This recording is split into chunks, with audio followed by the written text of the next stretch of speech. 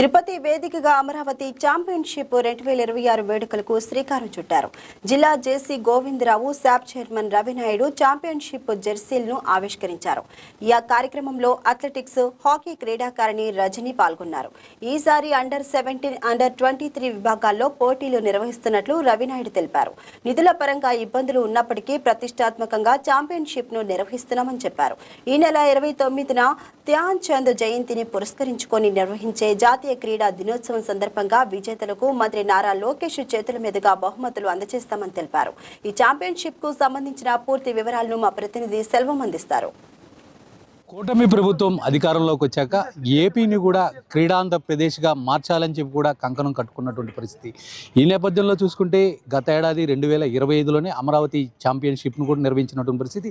దానికి అనుగుణంగా 2026 అమరావతి ఛాంపియన్షిప్ 2.0గా కూడా ఇటు నిర్వహించాలని కూడా పెద్ద ఎత్తున కూడా సన్నాహాలు చేస్తున్నటువంటి పరిస్థితి. ఈ నేపథ్యంలో చూసుకుంటే గతంలో 28,000 మంది క్రీడాకారులు అయితే పాల్గొనగా దానికి పూర్తి భిన్నంగా కూడా ఈసారి 2 లక్షలకి పైగా కూడా ఇటు క్రీడా అభిమానులు కూడా ఈ క్రీడల్లో కూడా పాల్గొనబోతున్నట్లు కూడా మనకు ప్రధానంగా తెలుస్తుంది. అయితే సంబంధించి రేపటి నుంచి కూడా ఈ ఏదైతే కూడా తిరుపతి వేదికగా తారక రామ స్టేడియం వేదికగా కూడా ఈ క్రీడలు అయితే కూడా జరగబోతుంది. అయితే దీనికి సంబంధించి ఎలాంటి ఏర్పాట్లు చేశారని చెప్పి కూడా మనతో మాట్లాడేందుకు తిరుపతి ఏదైతే కూడా షాప్ చైర్మన్ రవినాయుడు కూడా ఉన్నారు, ఆయనతో కూడా మనం మాట్లాడే ప్రయత్నం చేద్దాం. అంటే రేపటి నుంచి 4 రోజుల పాటు కూడా ఇక్కడ ఏదైతే కూడా తిరుపతి వేదిక కూడా ఈ అమరావతి ఛాంపియన్షిప్ అయితే కూడా నిర్వహించబోతున్నారు. ఎలాంటి ఏర్పాట్లు చేస్తున్నారు? ఇప్పటికే ఏర్పాట్లన్నీ పూర్తయ్యాయి. దాదాపు 10,000 మంది క్రీడాకారులు, కోచెస్, రెఫరీస్ 14,000 మంది తిరుపతికి చేరుకున్నారు. రేపు ఉదయం 9 గంటలకు ఈ కార్యక్రమం ఉంది. ఇంకా ముఖ్య అతిథులుగా హోమ్ మినిస్టర్ గారు, రెవెన్యూ మినిస్టర్ గారు, స్పోర్ట్స్ మినిస్టర్ గారు పాల్గొంటారు. అదేవిధంగా శాసనసభ్యులు, శాసన మండలి సభ్యులు, అధికారులు అందరూ కూడా దీంట్లో భాగస్వాములు అవుతున్నారు. ఈరోజు ఇది ఒక బృహత్తర కార్యక్రమం.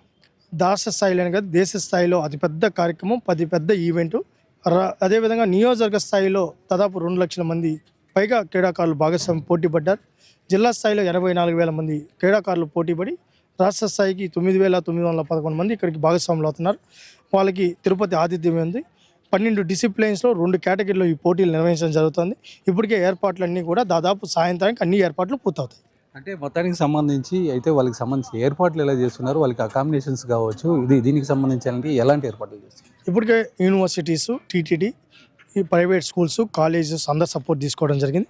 ఇప్పటికే మ్యాపింగ్ చేయడం జరిగింది. ఎవరు ఎక్కడ ఏంటి అనేది కూడా మ్యాపింగ్ చేసాం. ఏ జిల్లా వాళ్ళు ఎక్కడ అకామిడేషన్ కూడా ఇచ్చేసాం. అదేవిధంగా జిల్లా యంత్రాంగం మొత్తం కలెక్టర్ గారి నేతృత్వంలో అందరూ కూడా సహకరిస్తారు. ఇటు మున్సిపాలిటీ, అన్ని డిపార్ట్మెంట్ల సహకారంతో ఈ కార్యక్రమం దిగ్విజయంగా ముందుకు తీసుకెళ్తారు. అంటే గెలుపొందిన వాళ్ళకి ఎలాంటి బహుమతులు ఉండబోతుంది, ఏ రోజు ఎక్కడ ఈ బహుమతుల ప్రదానం కూడా చేయబోతున్నారు? అమరావతి ఛాంపియన్షిప్లో గెలుపొందిన వాళ్ళకి 92 లక్షల రూపాయలు పైగా ఏదైతే ఆ ప్రైజ్ మనీ కూడా ఇవ్వడం జరుగుతుంది. విజయవాడ 29 ధ్యాన్ చంద్ గారిని స్మరించుకుంటూ చేసుకునే నేషనల్ స్పోర్ట్స్ డేకి ముఖ్య అతిథిగా విచ్చేస్తున్న లోకేష్ గారి చేతుల మీదుగా ఈ కార్యక్రమం నిర్వహించడం జరుగుతుంది. ఇది మొత్తానికి సంబంధించి కూడా ఇప్పటికే ఏర్పాట్లు కూడా చాలా చక్కచక్కగా కూడా జరుగుతున్నటువంటి పరిస్థితి. ఈరోజు మధ్యాహ్నంకంతా కూడా ఇక్కడ ఏర్పాట్లు కూడా పూర్తి అయిపోతున్నాయి. మరో పక్కన ఏదైతే కూడా అథ్లెటిక్ హాకీ క్రీడాకారిణి రజనీ గారు కూడా మనతో ఉన్నారు. ఆమెతో కూడా మాట్లాడే ప్రయత్నం అయితే కూడా చేద్దాం. మేడం, తిరుపతి వేదికగా కూడా ఈ అమరావతి ఛాంపియన్షిప్ 2.0గా కూడా నిర్వహిస్తున్నారు. ఎలా అనిపిస్తుంది మీకు? ఇది చాలా హ్యాపీగా ఉందండి. బిగ్ ఈవెంట్ అనమాట. ఒక ఛాలెంజ్ తీసుకొని చేయాలి. అంత ఈజీ కాదు. ఒక 10,000 అథ్లెట్స్ని అకామిడేట్ చేయడం, వాళ్ళకి ఫెసిలిటీస్ ఇచ్చి మంచిగా టోర్నమెంట్స్ జరిపించడం. స్పెషల్గా మన మెయిన్ ఉద్దేశం ఏంటంటే, మన గౌరవనీయులు నారా ముఖ్యమంత్రి చంద్రబాబు నాయుడు సార్ గారు మన ఆంధ్రప్రదేశ్ని క్రీడాంధ్రప్రదేశ్గా మార్చాలన్న ఉద్దేశంతో ఆయన ఆదేశాల మేరగానే మన రాష్ట్రంలో క్రీడలు ఇంకా మంచి స్థాయికి వెళ్ళాలి. ఒక రాబోయే 2036 ఒలింపిక్స్లో మన ఆంధ్ర నుంచి చాలామంది ప్లేయర్స్ పార్టిసిపేట్ చేయాలి.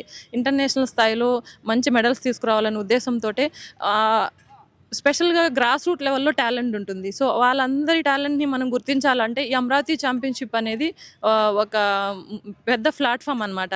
మనం చూసే నియోజకవర్గ స్థాయి నుంచి మనం క్రీడా పోటీలు నిర్వహించుకుంటున్నాం.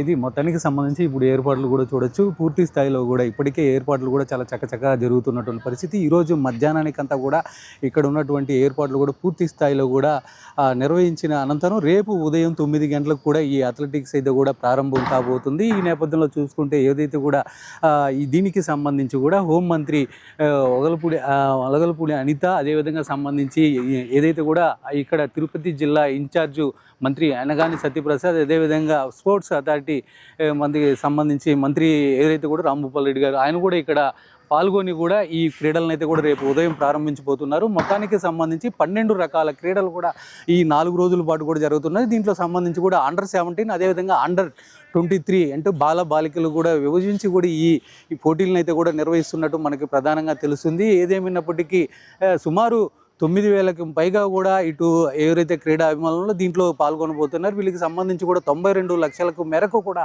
ఇటు ప్రైజ్ మనీతో పాటు డిస్ట్రిబ్యూటర్ ఏదైతే కూడా ధ్యాన్ చంద్ ఉన్నారో ఆయన జయంతిని పురస్కరించుకొని దీనికి సంబంధించి ఈ నెల 29వ తేదీన విజయవాడ వేదికగా కూడా ఇక్కడ గెలుపొందినటువంటి వారికి ప్రైజ్ మనీ కూడా డిస్ట్రిబ్యూట్ చేయడం, అది కూడా ఏదైతే ఐటీ విద్యాశాఖ మంత్రి నారా లోకేష్ చేతుల మీదుగా కూడా ఈ ప్రైజ్ డిస్ట్రిబ్యూట్ చేస్తామని చెప్పి కూడా షాప్ చైర్మన్ రవినాయుడు అయితే కూడా తెలిపినటువంటి పరిస్థితి.